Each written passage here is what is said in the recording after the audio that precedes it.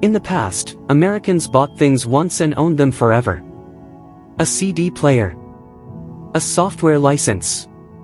A car with heated seats included. You paid, you owned, you moved on. Today, ownership has quietly disappeared. Music, movies, software, food delivery, fitness classes, cloud storage, education platforms, even cars. Everything has shifted from one-time purchase to monthly payment. This is the world of subscription capitalism, where convenience feels cheap, until the bill arrives. A system designed not to serve you, but to keep you paying forever. And most Americans don't even realize they're trapped. Welcome to the hidden economics of the subscription economy.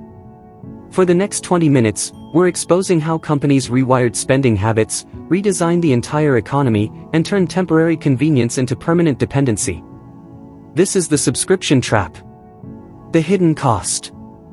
According to a 2023 Bankrate report, 57% of Americans underestimate how much they spend on subscriptions. When asked directly, people said they pay around $86 per month. When their bank accounts were analyzed, the real number was $219. Nearly 3 times more. Think about that for a moment. Most people cannot accurately estimate their own monthly spending. Not because they're financially irresponsible, but because the subscription model is designed to be invisible. Pew Research finds that the average American household now pays for 21 recurring services. Not because they want to, but because the economy has been redesigned to make subscriptions unavoidable. What began as a $50 billion industry is now worth over $1.5 trillion, according to McKinsey's 2024 analysis. And it's growing faster than wages, faster than inflation, faster than GDP. The math is simple but devastating. If the average household underestimates by $133 per month, that's $1,596 per year disappearing into financial blind spots. Money that could build emergency savings, pay down debt, or fund retirement. Instead, it vanishes into a system specifically engineered to hide its true cost. But the numbers tell only part of the story. The deeper question is psychological. How did we get here? How did an entire generation shift from owning things to renting access? And why does it feel so difficult to escape? The psychology of the trap. The real question is not why subscriptions exist. It's why they're so hard to escape. Why do people sign up for things they don't need? Why do they forget to cancel? Why do they accept rising prices without protest? The answer lies deep inside the human mind, in the psychological triggers companies have learned to exploit. Behavioral economists call it the pain of paying. When you buy something once, you feel the cost immediately. Your brain registers the transaction as loss. You hand over $500, and that pain creates hesitation, evaluation, sometimes regret. But when payments are broken into small, predictable monthly charges, your brain barely notices. This is why companies choose $499 instead of $500. It's not cheaper. It just feels cheaper. And that feeling is what makes the trap work. Psychologists call this temporal discounting. Humans naturally undervalue future costs compared to immediate benefits. A monthly payment feels abstract, distant, manageable. The accumulated annual cost feels overwhelming, but by then you're already locked in. There's another psychological layer. Subscriptions exploit status quo bias, the human tendency to stick with default choices. Once you subscribe, canceling requires active effort, conscious decision-making, and overcoming inertia. Companies know this. They design systems where subscribing takes one click, but canceling requires navigating a maze. Research from Stanford's Persuasive Technology Lab shows that when a service auto-renews, users are 63% more likely to continue paying than if they had to manually resubscribe each month. The default is not neutral. The default is designed to extract maximum revenue from minimum attention. And perhaps most insidiously, subscriptions create something called the sunk cost fallacy. Once you've paid for 3 months of a gym membership you haven't used, canceling feels like admitting waste. So you keep paying, telling yourself you'll use it eventually. The subscription companies count on this. They profit from your optimism, your guilt, your intention to change behavior that never actually changes. Dark patterns and deliberate friction. To make the hook stronger, platforms use dark patterns, design tricks specifically intended to manipulate your choices. The Federal Trade Commission has documented cases where unsubscribing required scrolling through 9 different pages, clicking buttons hidden behind misleading labels, or calling customer service during limited hours, often with hold times exceeding 30 minutes. It's not a mistake. It's a business model. The longer you stay, the more they earn. Let's examine the most common dark patterns in detail. First, Roach Motel design. You can check in with one click, but checking out requires finding hidden settings, confirming multiple times, and sometimes providing written justification for why you're leaving. Second, confirm shaming. When you try to cancel, the website shows messages like, "Are you sure you want to lose all your progress?" or "We'll miss you," with a sad emoji, creating emotional friction around a simple financial decision. Third, forced continuity. Free trials that automatically convert to paid subscriptions without clear warning. By the time you notice the charge, you're already several months in. Fourth, obstruction. Requiring phone calls to cancel while allowing instant online sign-up. This creates asymmetric friction, making it easy to start and deliberately difficult to stop. Fifth, bait and switch. Advertising a monthly price prominently while hiding that you're actually signing up for an annual commitment that can't be cancelled early without penalty. The European Union has started cracking down on these practices, requiring companies to make cancellation as easy as subscription. But in the United States, enforcement remains weak, and dark patterns continue to proliferate. A 2024 analysis by Princeton researchers found that 76% of major subscription services employed at least 3 dark patterns in their cancellation process. This is not accidental poor design. This is intentional psychological manipulation backed by millions in behavioral research. The rewiring of financial psychology. But something deeper is happening. The subscription trap is not just an economic problem. It is rewiring people's financial psychology. It turns money into an illusion. Costs become invisible. Ownership becomes temporary. And financial decisions become automatic. A study from the University of Chicago found that when payments are automated, users experience a 32% drop in perceived financial stress, even if the actual financial burden increases. They feel fine because they're not thinking. This is the power of frictionless spending. You stop noticing what you lose. Traditional purchases created what economists call transaction utility. Every time you bought something, you evaluated whether the benefit exceeded the cost. This created natural spending discipline. Subscriptions eliminate that moment of evaluation. The decision happens once, then repeats indefinitely on autopilot. Your financial attention is never engaged again until something breaks, usually when your bank account is suddenly empty.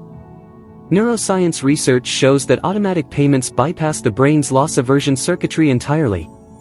The anterior insula, which normally activates during financial decisions and creates that feeling of, "Should I really buy this?" remains dormant during automated recurring charges. You are literally not experiencing the psychological pain that would normally regulate your spending. This creates a new kind of financial blindness. People can recite their salary, their rent, their car payment. But ask them to list every subscription. Most can name 5 or 6, then trail off, uncertain. The money leaves, but the awareness doesn't follow. And companies design systems to maintain this blindness. Charges appear on statements with vague names. Email confirmations arrive at 3 a.m. Annual price increases are announced in fine print buried in terms of service updates. The goal is simple. Keep you subscribed by keeping you unaware. The corporate addiction to recurring revenue. Yet the companies behind these systems notice everything. From Netflix to Apple to Amazon to Peloton, their business models depend on recurring revenue, not on product quality or customer satisfaction. In 2022, Amazon made over $35 billion from subscriptions alone. More than the GDP of some countries. Not because people love all their subscriptions, but because canceling is too painful, too confusing, or simply forgotten. Wall Street rewards subscription models with higher valuations. A company with predictable recurring revenue receives stock multiples 2 to 3 times higher than a company selling products. This creates powerful incentives. Every tech company now asks, how do we convert one-time purchases into permanent revenue streams? Adobe moved from selling software to subscription-only access. Microsoft followed.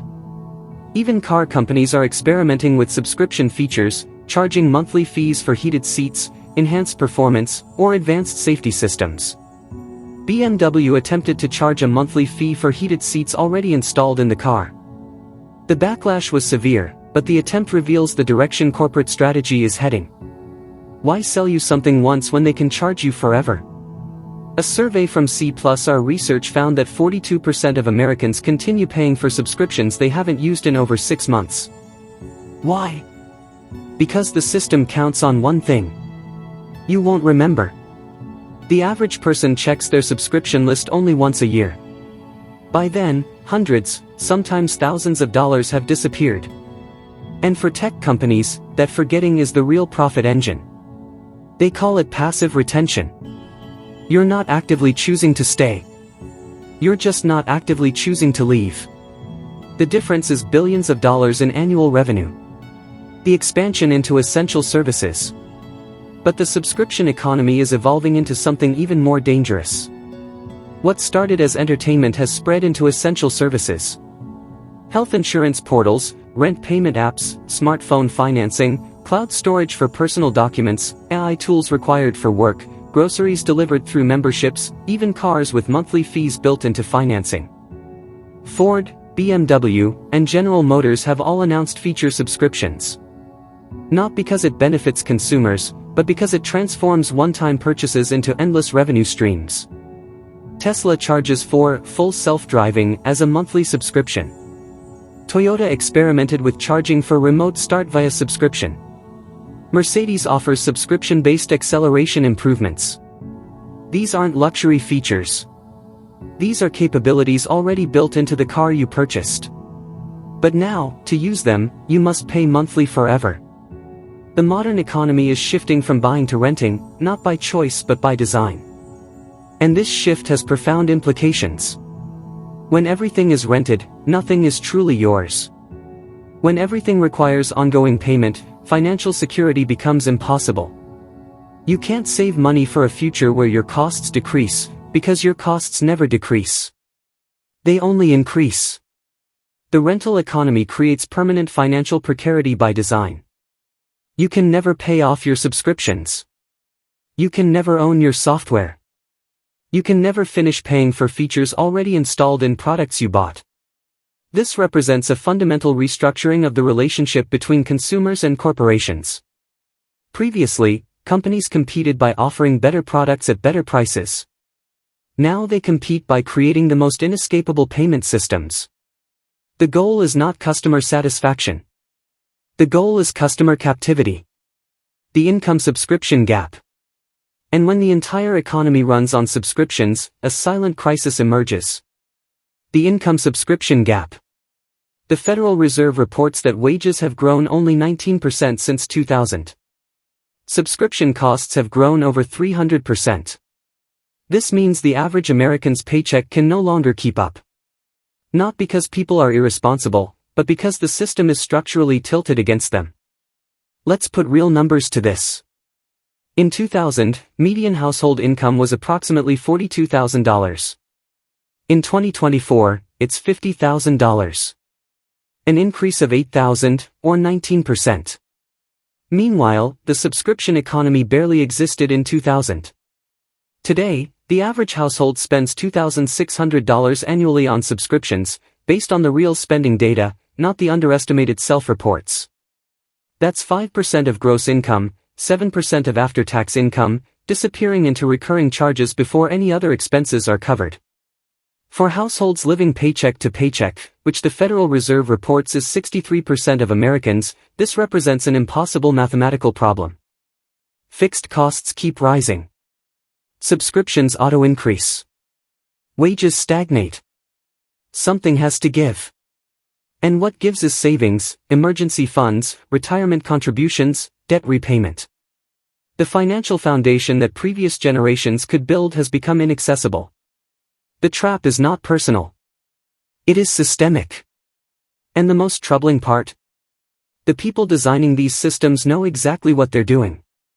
They have the data. They see the income trends. They understand the mathematical unsustainability. But the incentive structure rewards short-term revenue extraction, not long-term customer well-being. Data extraction and algorithmic control. But there's a deeper layer still. The subscription model thrives on data extraction. Every click, every cancellation attempt, every pause is measured. Artificial intelligence models calculate the exact month you're most likely to quit, then send personalized offers to pull you back in. You are not a customer. You are an algorithmic prediction. And the goal of that algorithm is clear. Maximize lifetime value, the total amount of money a company can extract from you before you die or finally cancel. Companies don't just track what you watch or listen to. They track your engagement patterns, your payment history, your response to price increases, your sensitivity to promotional offers. Machine learning models identify users at high risk of cancellation weeks before the user consciously decides to cancel. Then targeted interventions appear. Personalized discounts. Exclusive content recommendations. Emails designed to trigger emotional attachment. This is not customer service. This is retention engineering. And it works. Netflix reports that their churn prediction models reduce cancellations by 18% annually. That's billions in retained revenue from people who initially wanted to leave but were algorithmically convinced to stay. The subscription economy is not just about recurring payments. It's about behavioral prediction and manipulation at scale. Some economists warn that subscription capitalism is creating a new form of financial dependency, where people no longer control their spending, their budgets, or even their digital identities. Sociologists call it the invisible debt. A future where everything has a price, but nothing is fully yours. From your data to your attention to your daily life. You don't own your music, you license access. You don't own your software, you rent it monthly. You don't own your car's features, you subscribe to them. And when companies control access rather than ownership, they control you. The path to escape. But the story doesn't end with fear. Every trap has an escape. The first step is awareness. Understanding how companies manipulate psychology. Recognizing dark patterns when you see them. Calculating the true monthly cost of your lifestyle, not the number you think you're paying. Here are the practical strategies that work. First, conduct a subscription audit. Pull 3 months of bank and credit card statements. Highlight every recurring charge. You'll be surprised what you find. Forgotten free trials. Services you meant to cancel. Duplicate subscriptions for the same type of service. Second, use the cancellation threshold test. For every subscription, ask honestly, have I used this in the last 30 days? Will I definitely use it in the next 30? If the answer to both is no, cancel immediately. Third, replace subscriptions with ownership where possible. Buy music instead of streaming it. Purchase software instead of renting it. Own your tools instead of leasing access. Fourth, use calendar reminders for free trials. The moment you sign up, set a cancellation reminder for 24 hours before the trial ends. Don't trust yourself to remember. The companies are counting on you forgetting. Fifth, embrace intentional friction. Remove saved payment methods from subscription sites. Require yourself to manually enter payment details for any new subscription. This small barrier restores the moment of evaluation that automatic payments destroy. Sixth, practice the 30-day rule. Before subscribing to anything, wait 30 days. If you still want it after a month, then consider it. Impulse subscriptions are where companies make the most profit. The second step is reclaiming ownership. Canceling unused accounts. Tracking automatic payments. Resisting the cultural shift from ownership to renting. Because in the end, the subscription trap is not just about money. It is about attention, autonomy, and power. It's about who controls your financial decisions and whether you're consciously choosing your spending or just allowing it to happen automatically. The subscription economy wants you passive, distracted, and perpetually paying. Escape requires the opposite. Active attention, conscious choice, and deliberate control. And as the subscription economy grows, the question becomes unavoidable. Are we paying for convenience, or are we paying with our freedom? The answer depends on awareness. On whether we recognize the trap before it becomes permanent. On whether we reclaim ownership before ownership disappears entirely. Subscriptions are not inherently evil. Convenience has value. Access has benefits. But when the entire economy restructures around extraction rather than service, when companies profit more from forgetting than satisfaction, when dark patterns replace honest business practices, something fundamental has broken. The subscription trap is real. The psychological manipulation is documented. The financial damage is measurable. But escape is possible. It requires seeing clearly, choosing consciously, and acting deliberately. The companies betting against you are counting on inertia, distraction, and automated compliance. Prove them wrong. Thank you for watching.